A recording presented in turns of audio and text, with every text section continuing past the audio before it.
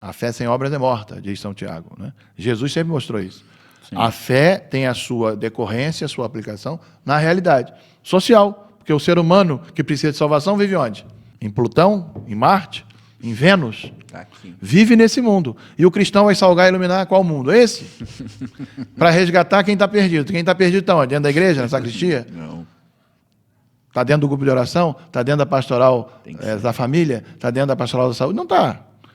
Então as pastorais têm que ser para fora, conversão pastoral, igreja em saída, para justamente salgar e iluminar essas realidades, que ainda são sombrias, com injustiça social, com exploração do homem pelo homem, com aborto, que agora está sendo discutido aí de novo, querendo entrar na legislação brasileira de forma generalizada, porque já existe, nas exceções que também são injustas, mas existe, não é?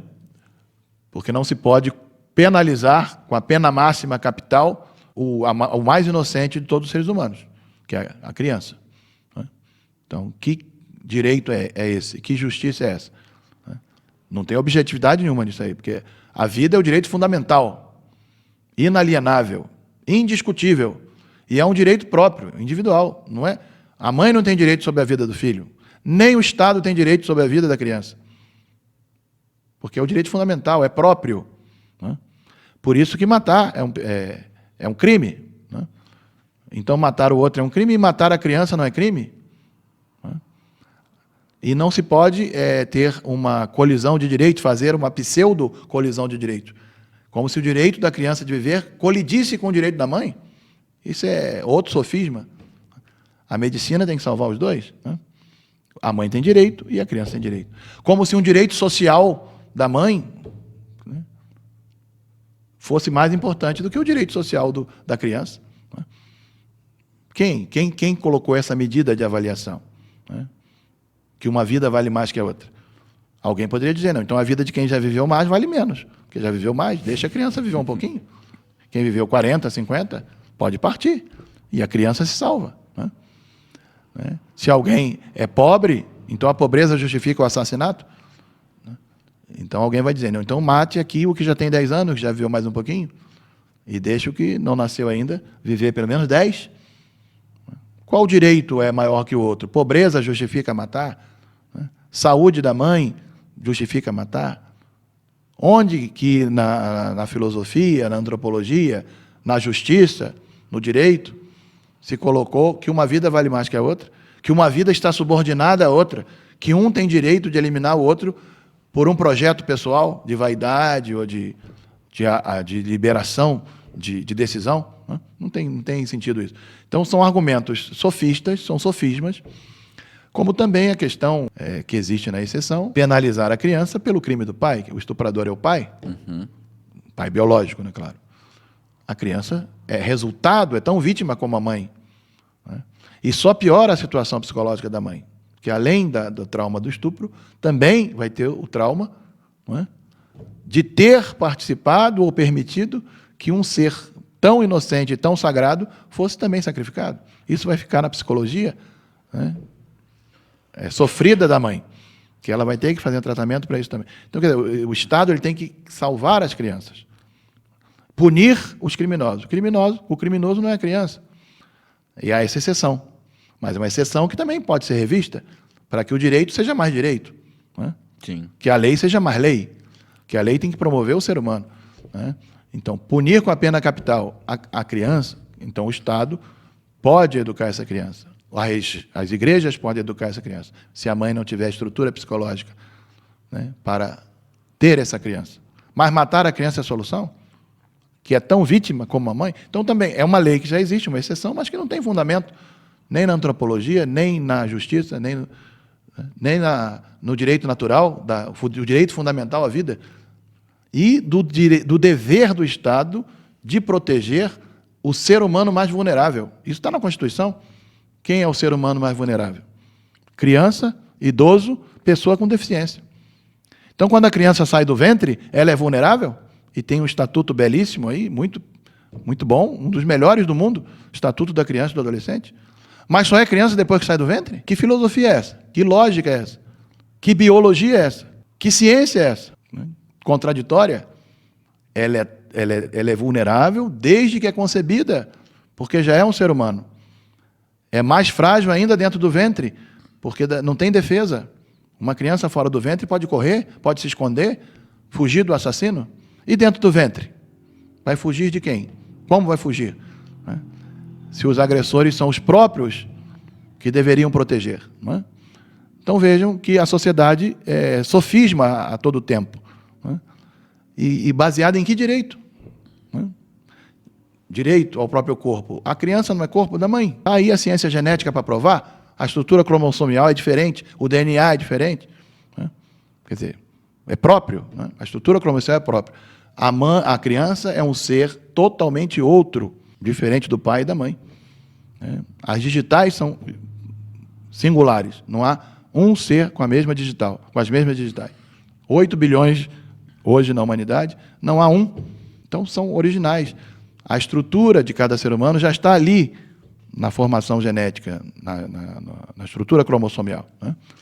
Tudo que vai desenvolver, até as doenças que vai desenvolver, e já existe aí o projeto Genoma, que mapeou geneticamente o ser humano, já para evitar as doenças, fazer a terapia celular. Então, aí, a ciência diz que é pessoa, a ponto de evitar doenças, estudar as especificidades de cada pessoa, na sua estrutura psicossomática, aí é pessoa. Aí, na hora do argumento do aborto, até tal mês não é pessoa. Como se lá, na estrutura do zigoto, já é pessoa. Objeto, inclusive, de um projeto milionário, né, para se estudar o ser humano. Ou o projeto Genoma é para estudar uma coisa? Não é, é para estudar o ser humano. Para, inclusive, aprimorar a sua saúde, a sua dignidade. Então, são contradições. Uma hora é pessoa e merece o investimento de milhões, de bilhões, porque é um projeto milionário. Outra hora, não é pessoa, é um embrião, é uma coisa, né? E pode ser ejetado, pode ser deletado por qualquer conjectura, que não tem fundamento nenhum, nem na genética, nem na biologia, né? Nem no aspecto científico. Aí o obscurantista é essa pessoa que nega a genética, a bioética, que nega as tecnologias que já estão avançadas no reconhecimento, exatamente, do ser humano. Então, vemos como a sociedade ela vai girando nesses sofismas, para garantir, no fundo, soluções que são pragmáticas. E o pragmatismo acaba sendo um relativismo. É aquilo que é conveniente da hora, é o da hora. É conveniente, é o que está sendo aclamado popularmente, é o que está no senso comum. Né? Não, mas a verdade não é um senso comum, a verdade tem que ser apurada. E aí a igreja tem a doutrina social, que vai contra tudo isso que é essa falácia que se traveste, às vezes, infelizmente, de legalidade. Sim, né? Sim. Porque, no fundo, não tem fundamento. E aí temos que buscar uma justiça mais natural, a justiça da estrutura humana, do direito fundamental. E a matéria que deveria ser mais estudada, os direitos fundamentais, os direitos humanos fundamentais, o direito à vida é o primeiro. É o primeiro, é verdade.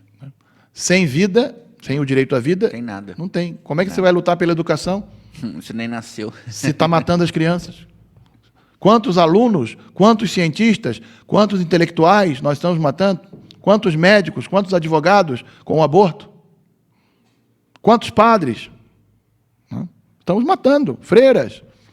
Mas como? Sociedade matando? Sim, as crianças no ventre. Tirando deles o direito de se desenvolverem. É um direito de todo ser humano. E se não há esse direito fundamental, vai falar em educação, vai falar em cultura, né? Vai falar em ecologia, é hipocrisia. Porque você vai defender com paixão, né, a vida do filhote da baleia. E ai de quem mexer com o filhote da baleia. Vai levar uma pena pesadíssima. E cada vez está aumentando mais. Né? E está certo. Temos que defender o filhote da baleia. O urso panda. Né? Temos que defender. O mico-leão dourado. Né? Temos que defender. Né? A Amazônia, temos que defender, claro. Mas e o filhote do ser humano? Quem vai defender? Aí deixa de ser. Cadê a ecologia? Onde estão os ecologistas para defender o filhote do ser humano? Que é a imagem e semelhança de Deus. É a mesma galera que, quando em Marte, acha, sei lá, uma partícula de sei lá o quê, que não tem origem de vida lá. Aquilo lá é simboliza que teve vida lá. Aí chega aqui no nosso planeta, como o senhor fala, mas não é o zigoto não é vida. O que é vida, então, né? Exato. Quem vai definir aonde começa a vida, né? Só em ser um filhote, estou usando o termo para equiparar a argumentação. Só em ser um filhote, uma vida indefesa, que precisa da proteção da mãe, o direito natural já está gritando. Está gritando. Né? E como que temos 2 pesos e 2 medidas? Temos que ter coerência na argumentação. Né? Senão tudo soa falso lá. Se não tivermos pelo menos a mesma medida com o filhote do ser humano. Né? Porque se é um crime cruel tirar da própria mãe o filhote matando, como que não será, no caso do ser humano, quando a morte da própria criança se dá com a participação da mãe e daquele que fez o juramento de defesa da vida. O juramento de Hipócrates é exatamente a beneficência, a defesa da vida. O médico, ele não pode praticar a maleficência, a agressão direta à vida de ninguém. Nunca a morte, nunca. Sempre promover a vida, até o final. Então já é também aí um falseamento do juramento, da deontologia médica, da ética natural e profissional. Não pode incidir diretamente contra uma vida. Se vem a morrer por efeito colateral, resultado do tratamento da mãe, é outra coisa. Né? A mãe tem direito ao tratamento, mas não há intenção direta. Né? Mas assim mesmo, a medicina está muito evoluída, a tecnologia está evoluída.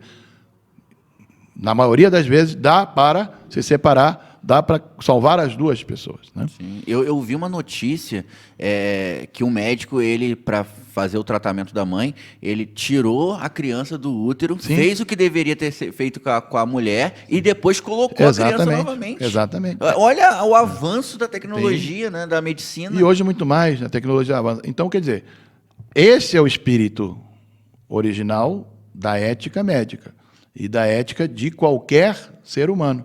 É salvar sempre. Nunca a morte pode ser solução.